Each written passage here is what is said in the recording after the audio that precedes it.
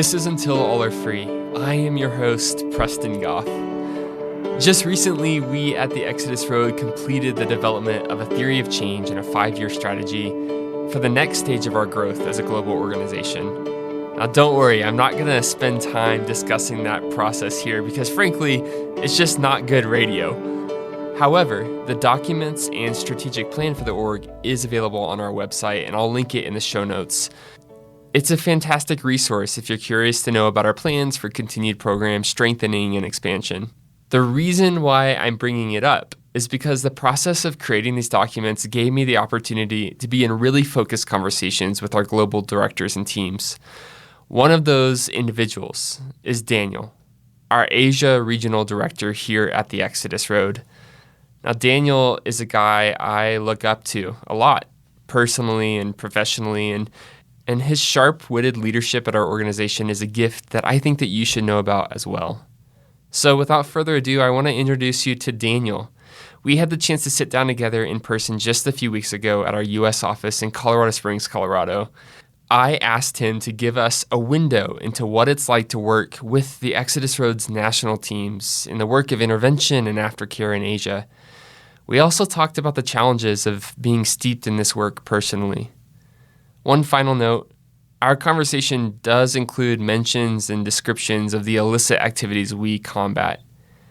We acknowledge the existence of sex and sexual exploitation. Okay, let's jump in.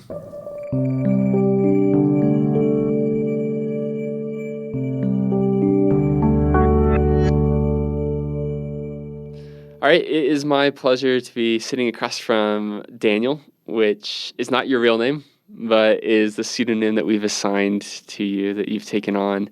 You are our Asia Regional Director, and Daniel, it's a pleasure to welcome you to the podcast. I'm just thrilled to be able to introduce you and share your story with our audience. Thanks, Preston. It's a pleasure to be here. And I've really treasured our time together. We were together recently in India, which was a really fun adventure. So good to see you again back here in Colorado, which is my home state. My background, I was a lawyer before getting into this field. I did child abuse and neglect cases here in Colorado in the Denver area. I was always passionate about fighting human trafficking, and it was my dream to eventually move abroad and get into that work. So in 2015, I finally had that opportunity, moved to Cambodia, spent 5 years working there with a different organization doing similar work. And then during COVID, I hopped over to the Exodus Road, which has just been a dream come true so far. I really love this organization. So, yeah, and you're not living in Cambodia anymore. That's right. I'm now based in Thailand. I oversee our 3 Asian teams in Thailand, India, and the Philippines. I want to just step back for a second and just ask you to see if you can just expound a little bit for me on, why it was that the issue of human trafficking maybe caught your imagination, caught your heart early on. Yeah, absolutely. Basically, I was in college, and I had always had an interest in international issues, human rights issues. I was getting a political science, international relations degree. But I'd never heard of human trafficking, and I didn't really know what I wanted to do with my life. A speaker came. I don't remember who it was, don't remember what organization, but came and presented about human trafficking. And it was just a huge shock to me. It just blew my mind. And so for me, it was just a very clear, God telling me that he's there and he wants me to do this. So it was pretty crazy. When I was 21 years old and I just suddenly knew I was supposed to work in this field. I had no idea what I was supposed to do in the field. I actually didn't really know anything about the field. So that was my junior year. So I spent a lot of time my senior year doing research. I wrote a big paper for a human rights class about it. And then I went to law school thinking the law is probably relevant, Yeah, but sure. not really knowing what I was doing. It's adjacent to the issue. It's trafficking pretty adjacent. important. And so while I was in law school, I just took as many classes as I could related to international law, criminal law, juvenile law. Right before, I actually missed the first week of my last year of law school to go on this trip. I went to Cambodia for the first time to just do like a exposure trip, volunteer trip for 2 weeks with a aftercare organization there. And the focus was on serving the survivors in the home, but the director took the guys in the group out undercover just to show us what it was about.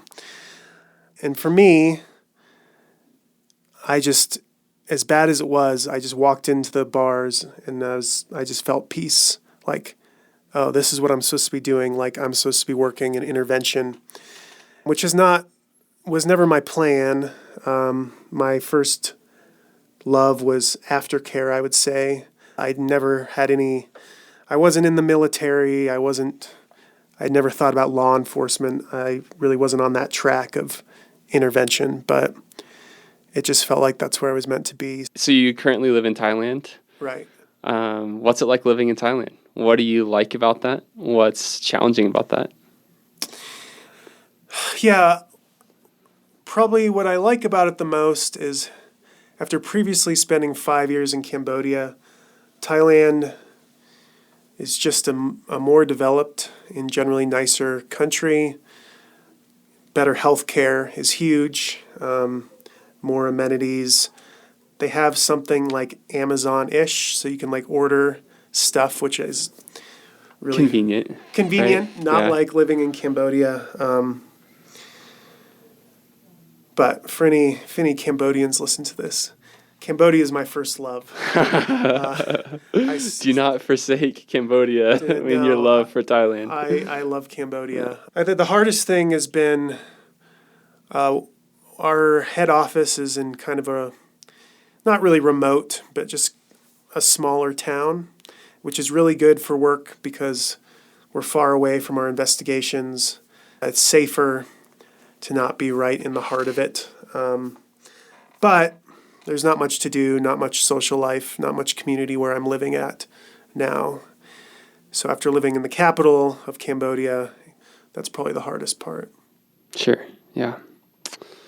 So as regional director over Asia, you have a really unique opportunity, right, to be frequently interfacing with the teams of nationals that are doing investigative and aftercare work in those countries. I wonder if you might do us the honor of giving us a glimpse into those teams, since you get so much interface time with them. If you might just describe our teams and maybe just talk about, how you've seen them develop and the unique skill sets that each of those teams have that they bring to this fight. Yeah, absolutely. And that's such a important point. That's one of the reasons why I applied to join the Exodus Road.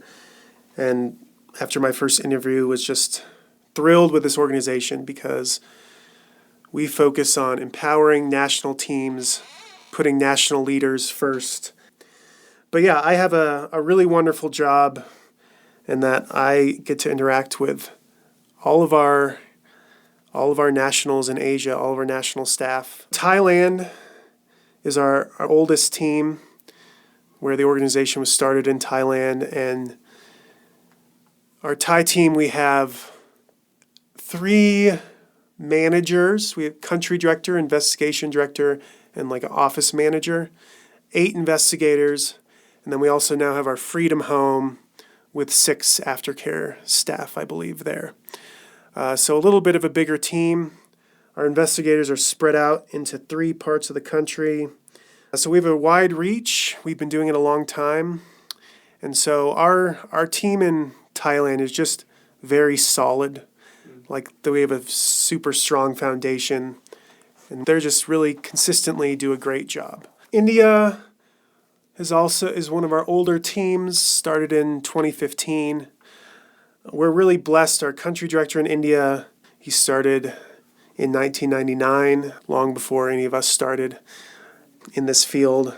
and he's been rescuing victims of human trafficking for 23 years, and that has been his whole life for 23 years. So we are very blessed to have him and his team. Talk to me a little bit. Like, I know we had the chance to be in India together, so we've both met our India team. But you've spent time undercover with them. What's that like? What's it like watching them do that work? Oh, it's extremely inspirational because, you meet these guys. They're very quiet. They're very humble, very unassuming. They're shy around the Americans who are visiting. But when we go undercover, they're just so good. They command the situation without bringing attention to themselves. So they kind of blend in, but they command what they need to command. I mean, I could go on and on. Like, the operating environment in India is very difficult and very different than a lot of other countries. These guys travel, they've driven 30 hours one way to, rescue victims. And just the sacrifices that they make will just blow you away. So they're really special. Yeah, no doubt. So then the last country would be the Philippines, right? The Philippines is new since even you joined the Exodus Road. I wonder if you could talk about that. Yeah, the Philippines is kind of my baby. I did a good amount of work in the Philippines in my old job, and I saw a great need there. So when I joined the Exodus Road, I kind of arrogantly was like, hey, new bosses, we should go to the Philippines. And they agreed with me. They listened to me. The Philippines is a huge country in terms of population, and there's, of course, a lot of trafficking. And there's only one other intervention organization. So, I'm good friends with the leader of this organization, and he was the one telling me, please come here. Like, we need help. Yeah. So we didn't come there to compete. We didn't come there to take any fame or glory. We came to help. So we officially hired our country director in April of 2021. So it's just been a little over a year now. It's still developing. The team is still quite small. We're looking to hire new investigators, but we've already accomplished so much. We just signed our MOU, Memorandum of Commitment, with the MBI, which is like the Philippines FBI. We have a memorandum of, I said the wrong thing. Memorandum of Understanding, MOU. Yeah. We have a memorandum of commitment with the Philippines National Police, with an MOU coming later. Both of these signed with very high-ranking officials. We have relationships with multiple law enforcement units, and we've already done a number of raids, which is amazing for how young the organization is there. Like, we've gone through all the legal requirements. Our legal standing is very strong. And we just had a really huge operation. What was that, last week? 2 weeks ago now, I believe. Just last week. That was last week. Yeah, 1 week ago today. 1 week ago today. Yeah. Man, so it was a major disruption. Like, it is sending shockwaves. The police team that did it is being threatened by a lot of people, and they had amazing bravery to take this case.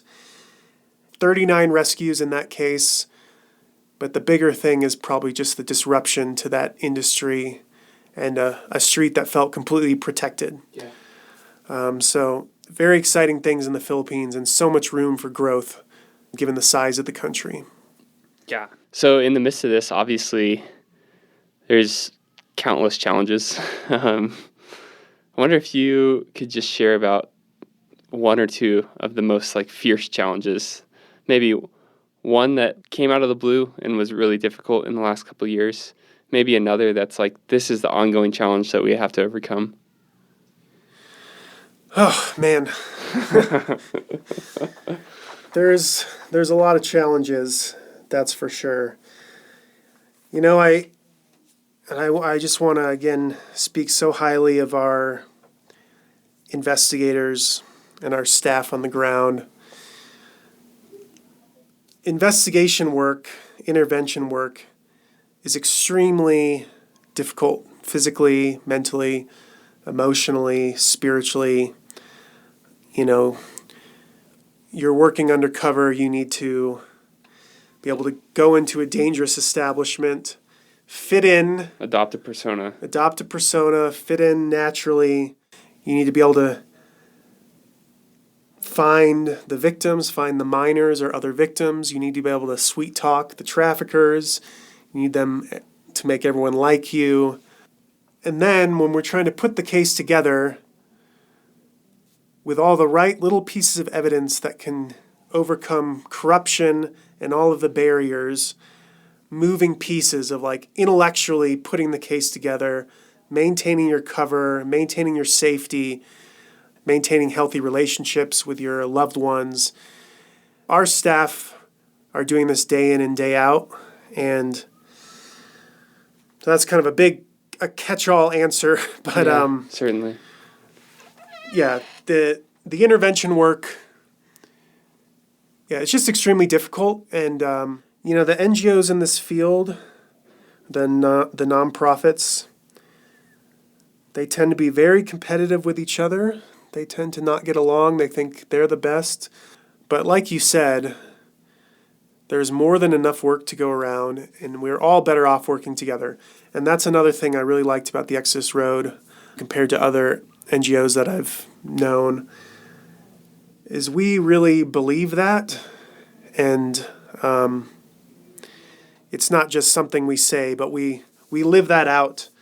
Like I've heard Matt, our founder, one of our founders, say many times, like, if the police in this location are choosing to work with this other organization, that's okay. We're there to make sure the rescues are happening, the arrests are happening. Like, it doesn't matter who does it. And, we never seek glory or publicity or, maybe you might appreciate some of it in marketing, but I personally am like, nope, don't mention us. It's fine. Like, absolutely. I don't want to be in the news. Like, just we're behind the scenes. We want to empower and build up local law enforcement so that they, in the future, feel confident that they can do this work without us. We want to work ourselves out of a job. That's an aside, getting away from your question. No, it's good. Yeah, no, I appreciate that. It's a funny dichotomy, right, in that sometimes it is like, man, it'd be so much easier if we just like took a little bit of the glory and we could be like, hey, look at this great work that's being done. But then at the same time, we would yield this core value and identity of who we are, which is to say, at the end of the day, we have this vision we have a vision for a world in which humans are never bought, sold, or exploited. And in order for that to happen, everyone in every community around the world has to like own their responsibility to see that come to fruition. And one large acting party in the midst of that should be the law enforcement. And so if we can step out of the way and empower law enforcement to do good work and be celebrated for that, then we're going to reach that vision likely much, much sooner. But that's a hard value to teach, and to even train your audience and your supporters to have a hunger for in the organization that they support. Yeah, absolutely. I couldn't agree more. And, our teams do such amazing work. And I mentioned India before. In some places, they're doing the vast majority of the work. But our law enforcement partners are also really amazing in many, many places.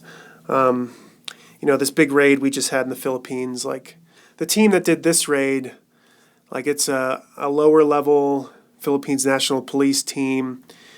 They have a tiny little office. None of them are paid well. None of them get any glory. But they really care. They really care about what's happening to the people in their communities. And they have targets on their backs now. And our team found the lead and connected with the trafficker and cultivated it. Yeah. But these law enforcement officers put way much more on the line than we did. Sure. Yeah. And their names are being publicized now. Our names are not, thank goodness. So, yeah, these guys should be celebrated. Yeah. Yeah. Will you take us into the undercover environment for a minute? And, you have a vast amount of experience undercover in Asia. What is the role of a U.S. citizen living and doing this work in Asia? Why is that valuable? Yeah. I think the important thing to remember is there are a huge variety of commercial sex establishments. So, I've known some NGOs that really emphasize they're Westerners. These are the heroes, like the white savior complex type of thing. The white guys are going to come in and save everyone, which is really a bad attitude. But then I've seen other NGOs who have a much better attitude of like, no, we're going to empower local nationals. They're the better, more equipped to do this work, and they understand their culture better. And, that's a value of the Exodus Road. But I think what we've found is, okay, but sometimes they need expats. Because in most of these countries, large portions of the commercial sex community only cater to foreigners. I've had plenty of work with our Delta team members, just with the expats doing the expat thing. But really my bread and butter is going out with our locals, and there's so many different things we can use, like in terms of a cover story. It's really an effective dynamic. And we've also had law enforcement requesting our expats for undercover work. But at the same time, if we only had expats, we would not know what we were doing, and we would not understand the cultural context, and we rely on our locals. Our locals are still the main drivers of our work. So it's a great marriage there.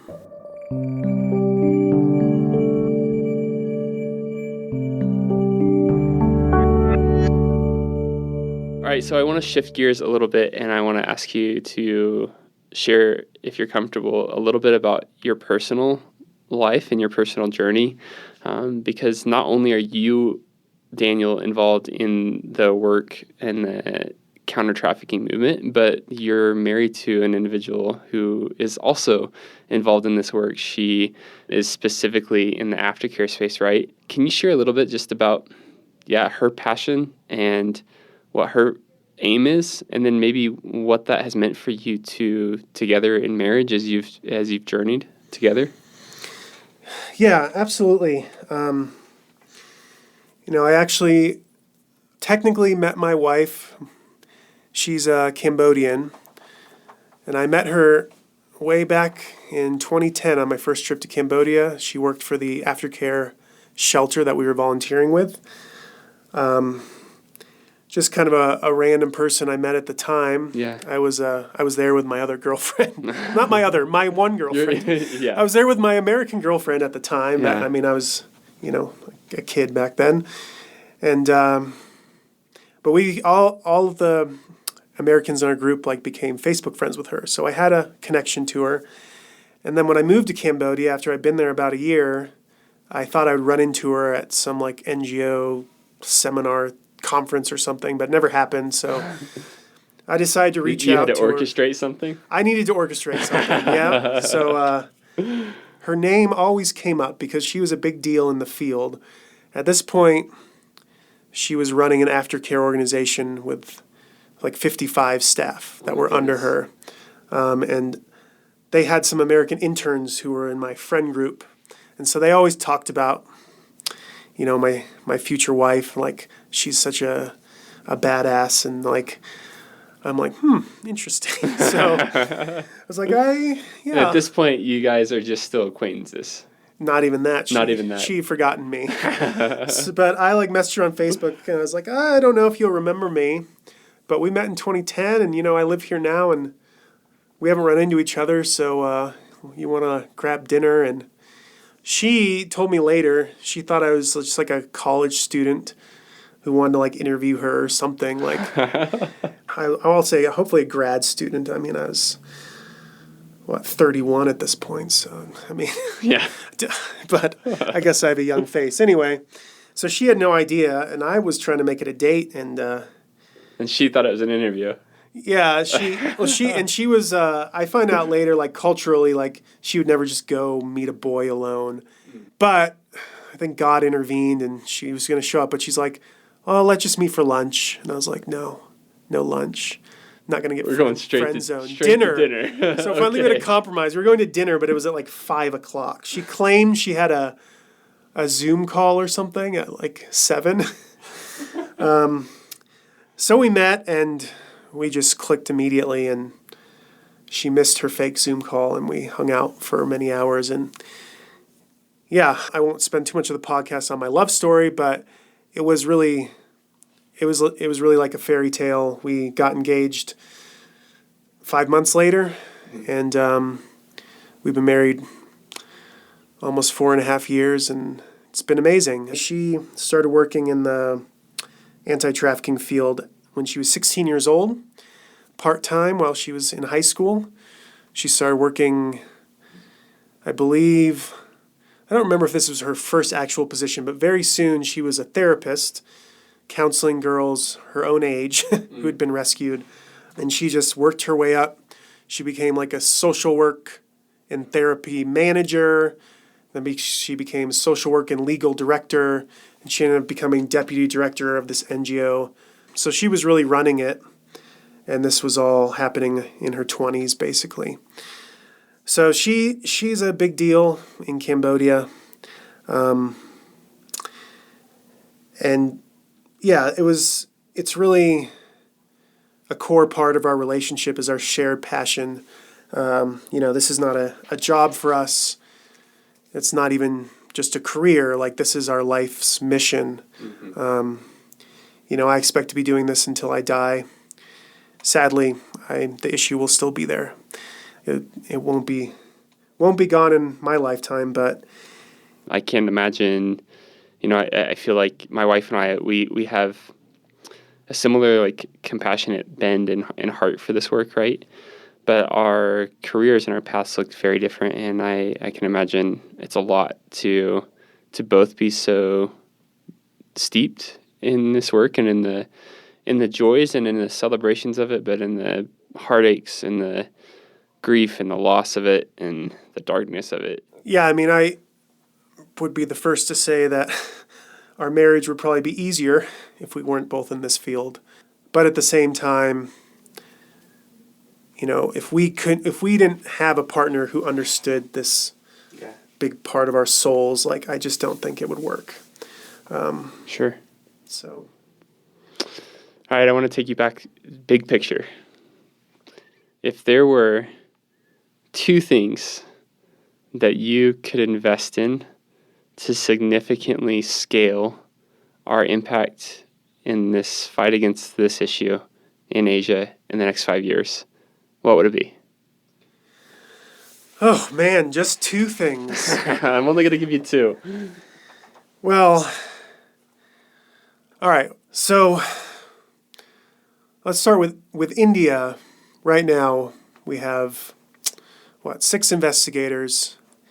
We're working in one little corner of that country, which I just read a couple weeks ago that, I don't know if it's 10, 20 years or something, like their population is going to surpass China as the most populous country in the world. So we have 6 guys trying to fight this, and the need is just enormous in India. So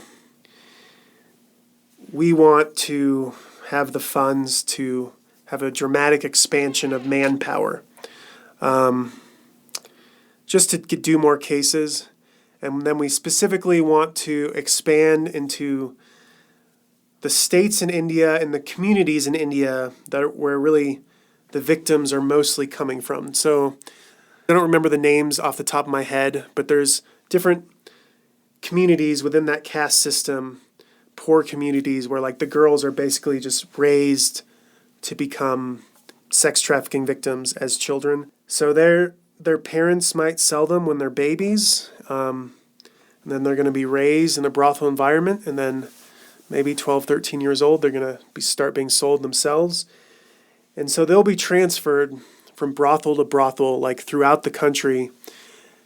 And at the end of their journey isn't usually in Delhi, Mumbai, Calcutta, like the big cities. And there are still minors in those cities. There's work to be done in those cities, but if we can kind of rescue them before they've been violated, it's a huge win for us. But we really want to expand into some of those areas and those communities and get the really young victims before they've gone through all of this trauma. Yeah. So increasing the footprint in India. Increasing the footprint in India. Magic wand wave number 1. Yeah. Okay. Magic wand wave number 2. I guess I'll shift over to the Philippines. We've started in the Manila area in Luzon, which is the northern region. Luzon is an island, but it's also one of the 3 main regions. The other 2 are Visayas and Mindanao. And there's still a ridiculous amount more for us to do in Luzon, but pretty much no one is doing this work in Visayas, and no one's doing it in Mindanao. Mindanao is the area with some of the Islamic terrorist groups, and it's pretty dangerous. So no one has been willing to work in those areas, so we really want to work in those areas and hope that we can grow and have teams rescuing in those areas. So that's 2. I have about 20 more. I'll give you one more for Thailand. One more for Thailand. Thailand is actually, that's probably the one where I have the most constrained vision, and that's just because we're already really well established, and we already have a nationwide reach in Thailand. Like, we work literally everywhere in Thailand already. So for us, it's just about gradual growth, expanding our teams. We have 8 investigators now, not including a couple of our directors like myself who do investigations as well. But get more investigators. We're not necessarily going to open a physical office, but get some kind of work from home guys in different regions and just spread out a bit more. And then probably the biggest thing for Thailand is that we want to go after these big Westerner-focused bars. For anyone listening who's maybe been to Thailand, Thailand is probably the most sexualized country in the world. Like, all these countries have bars, brothels, where you can buy sex with girls, minors. The end result is equally terrible, but kind of the path there, is different in Thailand. The bars are at least the ones for the Westerners, which is embarrassing for us as Westerners, but they are extremely sexually graphic, tons of nudity that we don't see in other countries. In a quick aside, not really aside, it's what we're talking about, but our main focus is on getting traffickers arrested, but we had a case in Thailand where the police really wanted to go after the buyers, and not in a sting operation, but actually interview the victims, find out who they were sold to, and I assume interview the arrested traffickers. And so the police we just found out, they went out, they arrested 9 guys, 9 buyers who had had sex with girls aged 13 to 16. And I think that's huge. Yeah. This stuff is on the news. Yeah. People are going to say, hey, I can't just go have sex with a little girl. I could get arrested. So this stuff, is what we're looking for. So I want to end our time with one question. And it's this. As you think back to this time with the Exodus Road so far, and you think about the stories maybe it's just one little moment that has occurred for you in the investigative environment that gives you encouragement to continue on this path towards a a vision and a reality that you've already named likely won't be accomplished in your lifetime. Are there any that come to mind? What keeps you encouraged in this? Well, it can be really hard when you think about the big picture because there's just so many victims left. When I think about the big picture, what encourages me are major disruptions to the industry, like we just had in the Philippines. That case in the Philippines, I was involved in the case building, but I wasn't present for the raid.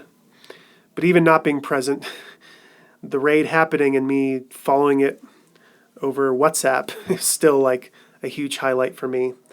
With that said, moments like that are very special.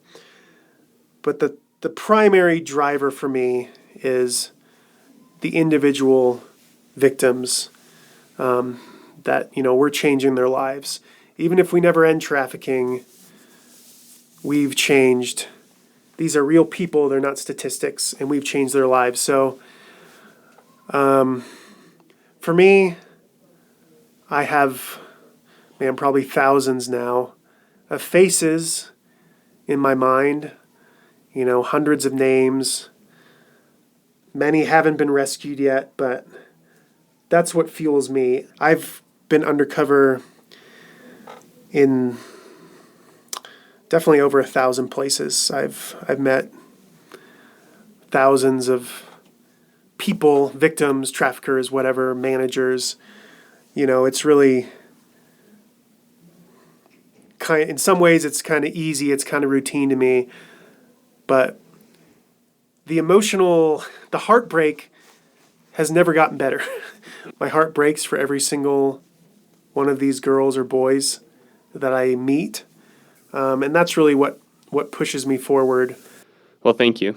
Thanks on behalf of all of us here at the U.S. office, but, on behalf of all the supporters, everyone who listens to this podcast, thank you for having the tenacity to keep at it. Thanks for shepherding our teams internationally and being their advocate and their voice and helping to, bridge communications between our office and the field. And thanks for sharing what you have in this episode. I appreciate it. Absolutely. Appreciate being here. And thanks to everyone here at the U.S. office. Thanks to all our supporters, everyone who's contributed to our mission. It makes a huge difference. Like something some of us like to talk about on the investigative side is like, we always joke, we love dark alleys. We try to find the dark alleys, and we literally do try to do that, but to me it's a metaphor of where is the dark alley globally, and we're finding those dark alleys, and we're going to keep going in them. So for those of you who support that, thank you from the bottom of my heart.